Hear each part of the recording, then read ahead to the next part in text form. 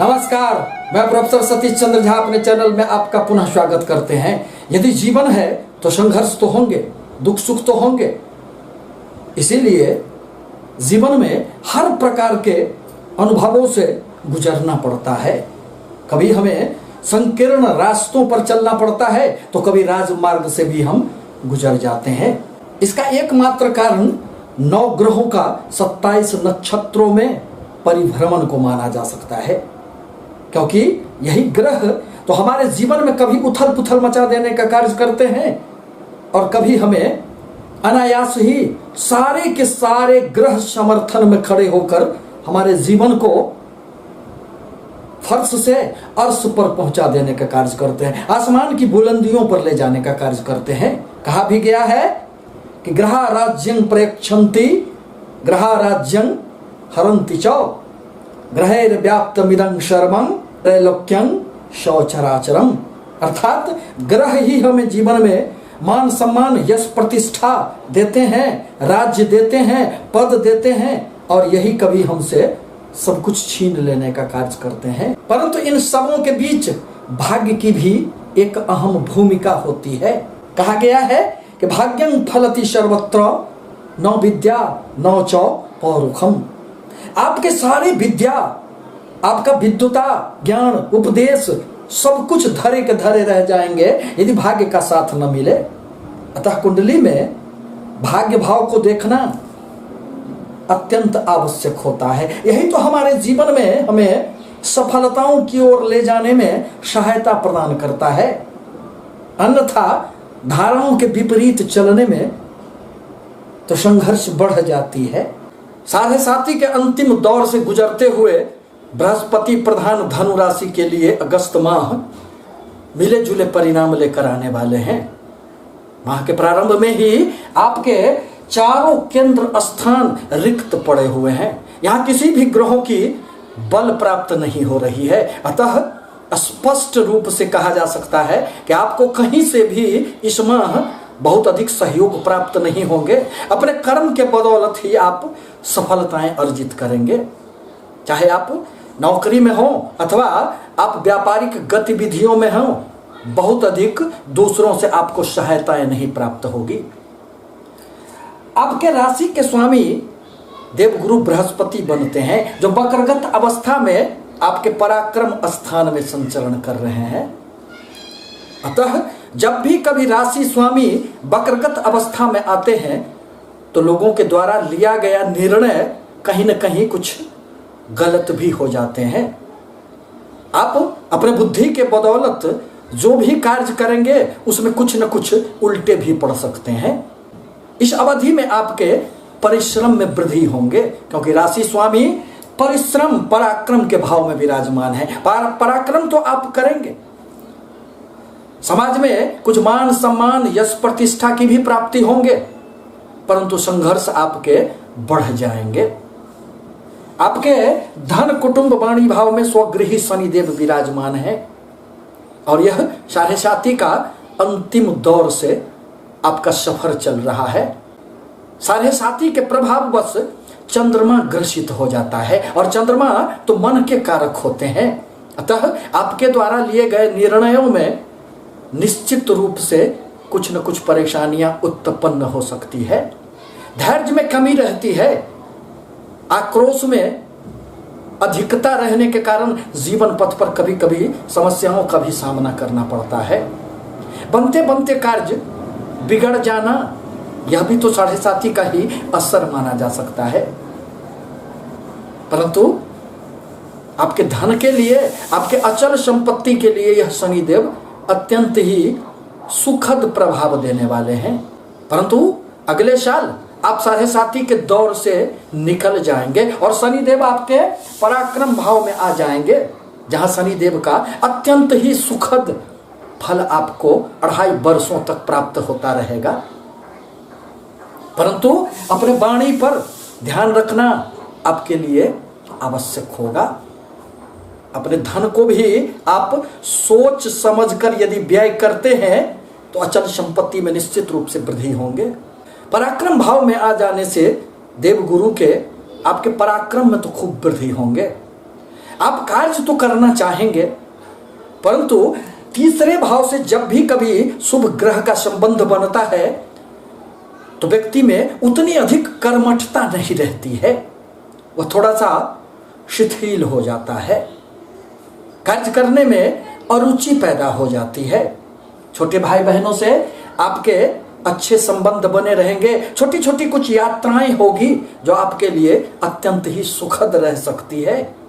आपके सुख स्थान माता भूमि भवन स्थान के स्वामी देवगुरु बृहस्पति बनते हैं, जो अपने से द्वादश स्थान में वक्रगत अवस्था में है। पुनः मंगल देव की दृष्टि एवं शनि की भी दृष्टि इस चतुर्थ भाव पर पड़ रहे हैं। परिणामतः इस माह आपको सुख में कमी का एहसास होगा। भूमि भवन वाहन संबंधित कुछ न कुछ परेशानियां उत्पन्न हो सकती है। मन में शांति का भाव नहीं रहेगा, कहीं न कहीं कुछ सब कुछ रहते हुए भी खाली खाली सा अनुभव आपको होगा। अतः अपने मन पर ध्यान देना आवश्यक होगा, क्योंकि मन के हारे हार है और मन के जीते जीत। मन से ही व्यक्ति सफलताओं को प्राप्त कर लेता है और मन से ही व्यक्ति हार जाता है। आपके पंचम स्थान के स्वामी मंगल देव बनते हैं। यही तो विद्या बुद्धि संतान का भाव है या प्रेम संबंधों का भाव है, जिसके स्वामी मंगल देव आपके भाग्य स्थान में विराजमान है, शुक्र के साथ बैठे हुए हैं। अतः प्रेम संबंधों में किसी भी प्रकार की समस्याएं तो नहीं आएगी, क्योंकि पंचम से पंचम बैठना यह उच्च शिक्षा के लिए भी छात्रों के लिए सफलतादायक रह सकता है। इस अवधि में आपको भाग्य के द्वारा थोड़ी बहुत आकस्मिक लाभ की संभावनाएं भी बनेगी और आपको लाभ प्राप्त भी होंगे। परंतु मंगल तो अग्नि प्रधान ग्रह होते हैं, अतः प्रेम संबंधों में कभी कभी अहंकार के कारण व्यक्तियों के जीवन पथ पर परेशानियां उत्पन्न हो जाते हैं। अतः यदि आप कहीं भी प्रेम संबंधों में हैं तो अपने प्रेम संबंधों को बचा कर रखना आपके लिए इस अवधि में नितांत आवश्यक होगा। आपके छठे स्थान में राहुदेव विराजमान हैं। राहुदेव तो छाया ग्रह होते हैं। यह तो व्यक्ति के मन में इच्छाएं जागृत करने का कार्य करते हैं। जो भी वस्तुएं आपकी नहीं भी है उसकी भी अभिलाषा ये राहुदेव जागृत कर देते हैं। और छठे भाव से जब भी उनका संबंध बनता है तो राहुदेव अत्यंत ही शक्तिशाली बन जाते हैं। अतः वाद विवाद से दूर रहना आपके लिए हितकर होगा। शत्रुओं पर तो आप निश्चित रूप से भारी पड़ेंगे। आपके कर्म क्षेत्र में, आपकी व्यापारिक गतिविधियों में तो राहुदेव के प्रभाव से निश्चित रूप से उन्नति होंगे, परंतु यह मन में कभी कभी आक्रोश की भावनाएं भी जागृत कर देते हैं। यह व्यक्ति में अत्यधिक उत्साह उत्पन्न कर देने के कारण परेशानियों में भी डाल देने का कार्य करते हैं। और अपने स्वास्थ्य पर भी आपको ध्यान रखना इस अवधि में निश्चित रूप से आवश्यक होगा। आपके कर्म क्षेत्र एवं आपके व्यापार भाव पति पत्नी के भाव के स्वामी बुध देव बनते हैं, जो माह के प्रारंभ में आपके अष्टम भाव में सूर्य के साथ विराजमान है। यह अष्टम भाव नाश का भाव होता है। यह अष्टम भाव कुंडली का अत्यंत ही अशुभ स्थान माना जाता है। अतः यह स्पष्ट है कि आपकी व्यापारिक गतिविधियों में माह के प्रारंभ में बहुत अच्छे फल प्राप्त होने वाले नहीं हैं। आपको भाग्य का भी कहीं भी साथ नहीं मिलेगा। आपके कर्म क्षेत्र में भी किसी भी प्रकार की उन्नति के बारे में यदि आप सोच रहे हैं तो वह संभव नहीं होगा। आपको अपने जीवन पथ पर, चाहे वह व्यापार हो चाहे वह नौकरी हो, अनेक प्रकार की कठिनाइयों से आपको गुजरना पड़ेगा, क्योंकि जब भी कभी कर्म स्थान 10वें भाव का संबंध अष्टम भाव से बनता है तो कर्म क्षेत्र में खूब हलचल पैदा हो जाती है और मन में अनेक प्रकार की समस्याएं व्यक्ति को घेर लेती है, सफलताएं बाधित हो जाती है। पति पत्नी का भी संबंधों के मध्य यह बुध देव ही आपके लिए तत्पर रहते हैं, परंतु बुद्धदेव स्वयं अभी पीड़ित अवस्था में हैं।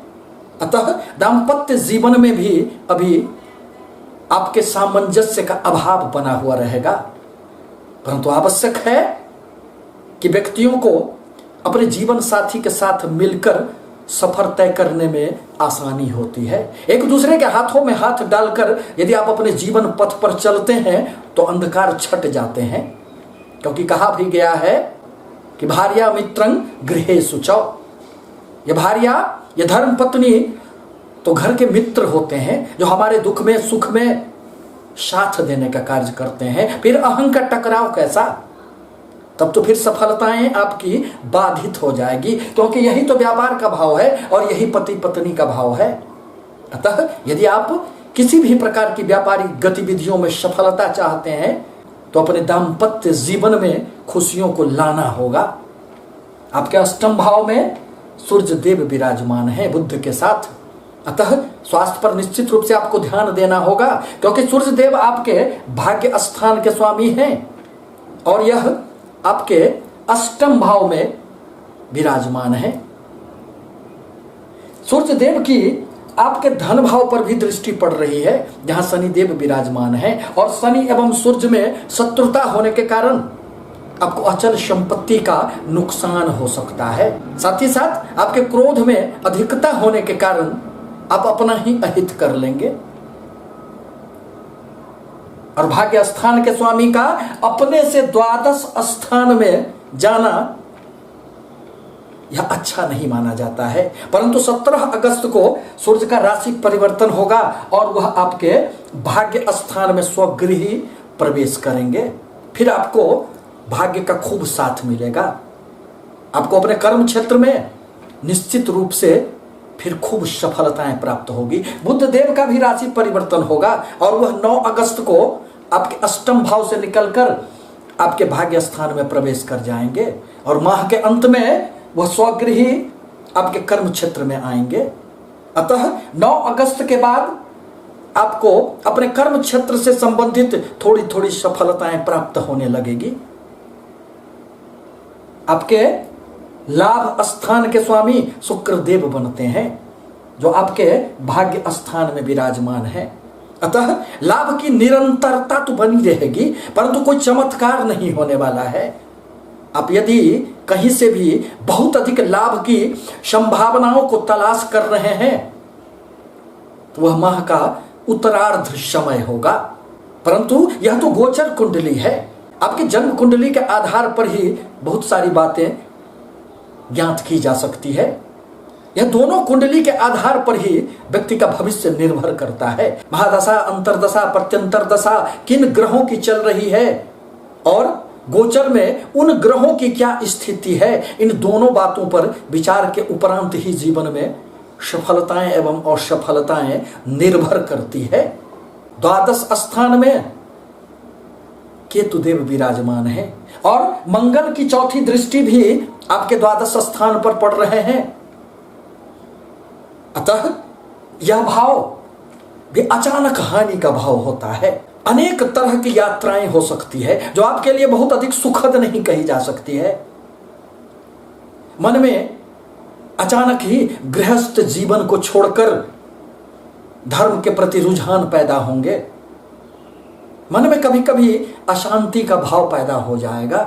अतः अपने मन पर धैर्य रखना आवश्यक होगा, क्योंकि जीवन है तो संघर्ष तो रहेंगे। आपके लिए आवश्यक है कि देव गुरु के बीज मंत्रों का जाप करें। साथ ही साथ शनिवार के दिन शनि देव की बीज मंत्रों का जाप करना भी आवश्यक होगा। पुनः 11 अगस्त को शुक्र देव का राशि परिवर्तन होगा और वह आपके कर्म क्षेत्र में प्रवेश करेंगे। जैसे ही शुक्र देव का कर्म स्थान में गोचर होगा, फिर आपका सफलताओं का दौर आरंभ हो जाएगा, क्योंकि आपके लाभ स्थान के स्वामी का कर्म क्षेत्र में आना या अनेक सफलता देने वाले होंगे। तो शुक्रदेव कन्या राशि में नीच के माने जाते हैं। अतः यदि इस अवधि में शुक्र देव का आप कुछ उपचार करते हैं, यदि दूध एवं दही से स्नान करते हैं, इत्र का प्रयोग करते हैं, महिलाओं का सम्मान करते हैं, तो शुक्रदेव फिर आपको इतने अधिक धन देंगे कि आप संभाल नहीं पाएंगे। जीवन में कभी कभी धैर्य की बड़ी आवश्यकता पड़ती है। इच्छाएं तो अनंत होती है, और यदि उन इच्छाओं पर आप अंकुश न लगाएंगे तो जीवन में सुख शांति कहाँ प्राप्त होंगे। अंतो नास्ति पिपासायाः, पिपासा का कभी अंत नहीं होता, इच्छा तृष्णाओं का कभी अंत नहीं होता है। अतः आवश्यक है कि कभी कभी अपने मन पर नियंत्रण रखें, धैर्य रखें। भगवान भोलेनाथ आप सबका कल्याण करें।